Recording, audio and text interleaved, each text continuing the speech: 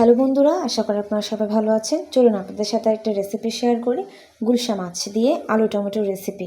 আপনাদের দেশের ভাষায় এটাকে কী মাছ বলে আপনারা কমেন্ট করে জানাবেন। আমি মাছটাকে ভালোভাবে ধুয়ে পরিষ্কার করে নেওয়ার পর অল্প হলুদ ও লবণ দিয়ে কিছুক্ষণ মাখিয়ে রেখেছি। এরপর আমি একটা কড়াই নিলাম, কড়াইয়ের মধ্যে তেল দিয়ে তেলটাকে ভালোভাবে গরম করে নিলাম। এরপর মাছ দিয়ে দিব। যেহেতু মাছ বেশি সেজন্য আমি দুইবার করে ভেজে নেব। মাছটাকে আমি ভালো করে তুলে নিলাম। এরপর ওই তেলে আমি বাকি মাছগুলোকেও দিয়ে লাল লাল করে ভেজে তুলে নিব।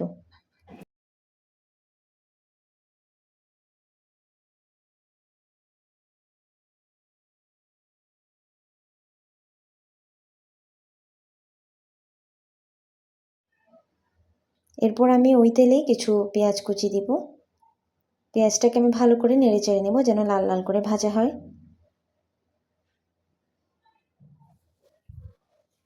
এরপর আমি কিছু মরিচ কুচি দিব। এটাকে আমি বেশ কিছুক্ষণ নেড়ে চেড়ে নেব। এরপর অল্প লবণ দিব। লবণ দিয়ে আমি বেশ কিছুক্ষণ এটাকে কষিয়ে নেব। এরপর এক এক করে আমি সকল গুঁড়া মশলা দিয়ে দিব। হলুদের গুঁড়ো দিব, এরপর মরিচের গুঁড়ো দিব। এটাকে আমি বেশ কিছুক্ষণ নেড়ে চেড়ে নেওয়ার পরে অল্প ভাজা জিরে গুঁড়ো দিব। আপনারা চাইলে বাজারে যে জিরে গুঁড়োটা পাওয়া যায় সেটাও দিতে পারেন, আবার ভেজেও নিতে পারেন। এরপর আমি অল্প জল দিয়ে নিব। জল দিয়ে বেশ কিছুক্ষণ আমি এটাকে কষিয়ে নেওয়ার পর মশলা থেকে যখন কাঁচা গন্ধটা পুরোপুরি চলে যাবে তখন তার মধ্যে আমি আগে থেকে কেটে রাখা আলুকে দিয়ে দিব। আপনারা আলুটাকে ভালোভাবে ভেজেও দিতে পারবেন, আবার কাঁচা অবস্থায়ও দিতে পারবেন, যার যার পছন্দ মতো দিবেন। এরপর আমি আলুটা ভালোভাবে ভেজে নেওয়ার পর আলুটা যখন ভালোভাবে ভাজা হয়ে আসবে এর মধ্যে আমি ঝোলের জল দিয়ে দিব।